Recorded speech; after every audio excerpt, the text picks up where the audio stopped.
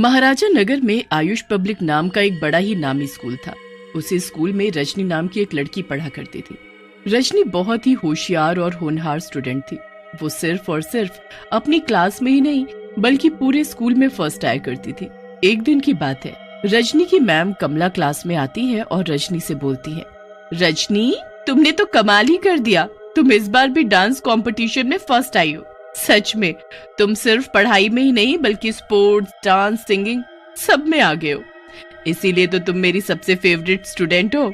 और उसके बाद निधि को बुलाती है, निधि तुम डांस कंपटीशन में सेकंड आई हो, आओ ये लो अपना सर्टिफिकेट।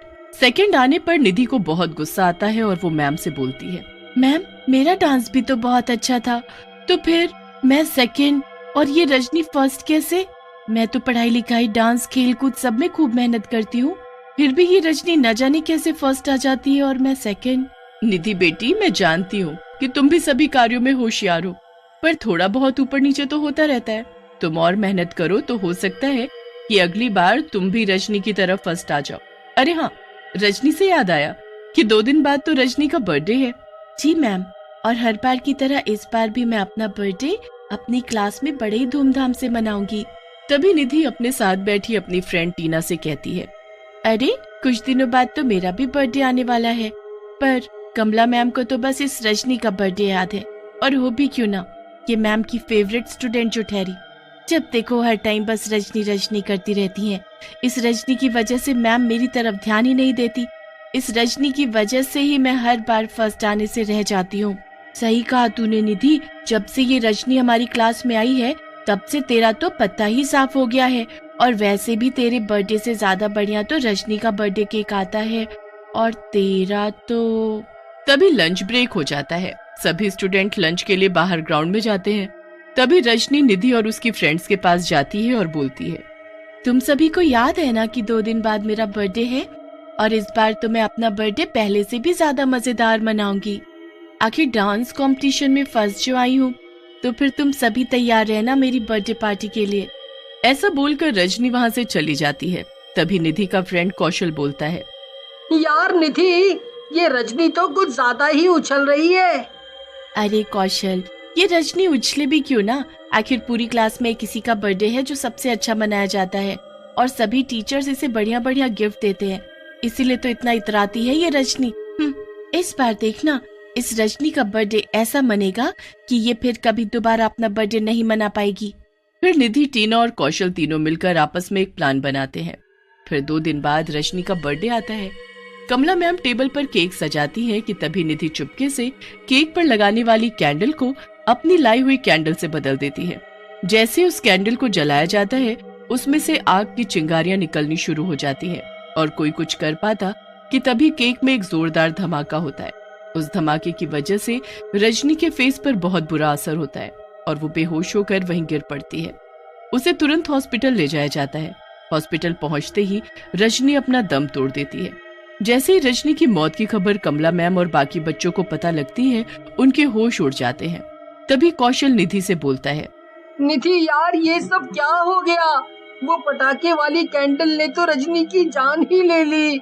अरे तू चुप कर, अगर किसी ने सुन लिया कि ये सब हमारी वजह से हुआ है तो कमला मैम हमें पुलिस के हवाले कर देंगी। अब हम लोगों को इस बारे में कोई बात नहीं करनी चाहिए, और जो हुआ अच्छा ही हुआ। जब देखो कमला मैम बस रजनी रजनी करती रहती थी, अब रजनी नहीं है तो उनकी फेवरेट स्टूडेंट तो मैं ही बन गई ना। फिर रजनी की मौत को कुछ दिन बीत जाते हैं और कुछ दिनों बाद निधि का बर्थडे आता है।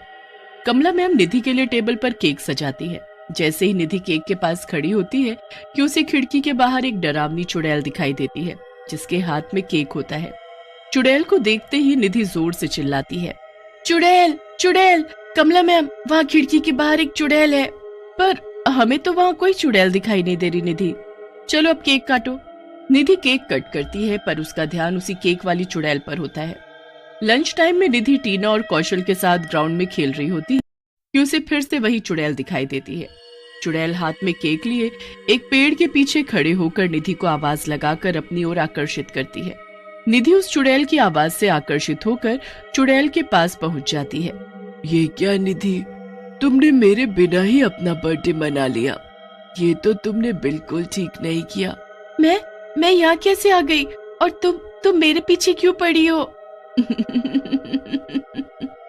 जब तक मैं तुम्हारा बर्थडे नहीं मना लेती तब तक तो मैं तुम्हारा पीछा नहीं छोड़ने वाली। जरा देखो तो सही, मैंने तुम्हारे लिए कितना अच्छा केक लाया है। इन्हें खाते ही तुम्हारे पेट में दिवाली बन जाएगी। फिर चुड़ैल जबरदस्ती निधि को सारा केक खिला देती है। केक खाते ही निधि का पेट पटाखे की तरह फटने लगता है और वो बेहोश होकर वहीं जमीन पर गिर पड़ती है। निधि को ढूंढते हुए कौशल और टीना वहां आते हैं और निधि को बेहोश देखकर वो जल्दी से जाकर कमला मैम को बुलाकर लाते हैं।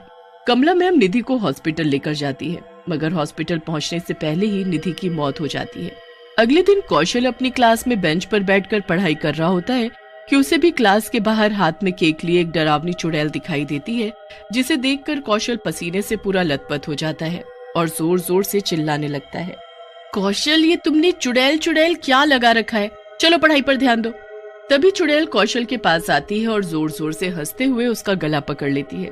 कौशल जोर जोर से चुड़ैल चुड़ैल चिल्लाने लगता है, पर चुड़ैल किसी को दिखाई नहीं देती। कौशल, यहाँ कोई चुड़ैल नहीं है। और ये क्या, तुम तो पसीने से पूरे लथपथ हो गए हो, तुम वॉशरूम जाकर अपना फेस धोकर आओ, ठीक है? फिर जैसे ही कौशल वॉशरूम जाता है वो केक वाली चुड़ैल कौशल के सामने आ जाती है। तुम मुझसे बच नहीं सकते और अब ये क्रीम वाला केक मैं तुम्हारे मुंह पर लगाऊंगी। अब तो तू गया कौशल। ऐसे बोलकर चुड़ैल कौशल के पूरे मुंह पर केक लगा देती है। मुंह पर केक लगते ही कौशल का फेस बुरी तरह से जलने लगता है और वो भागता हुआ वॉशरूम से बाहर आता है।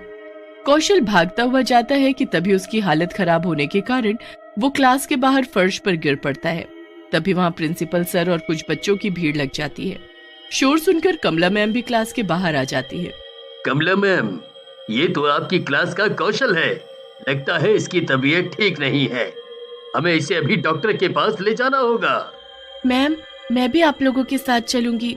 कौशल को हॉस्पिटल ले जाया जाता है। प्रिंसिपल सर कौशल के मम्मी पापा को भी हॉस्पिटल में बुला लेते हैं। हाय रे, ये क्या हो गया मेरे बच्चे को?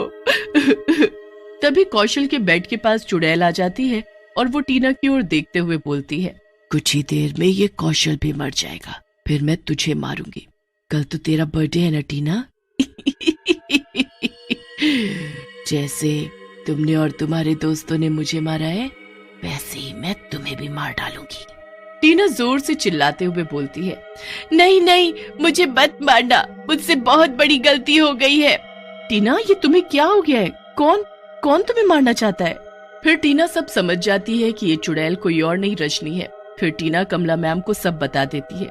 तभी कमला मैम चुड़ैल को आवाज लगाती हैं, रजनी, हमारे सामने आओ। मैं जानती हूँ कि तुम्हारे साथ जो हुआ वो बहुत ही गलत हुआ। कमला की बात सुनकर रजनी चुड़ैल के रूप में सबके सामने आ जाती है।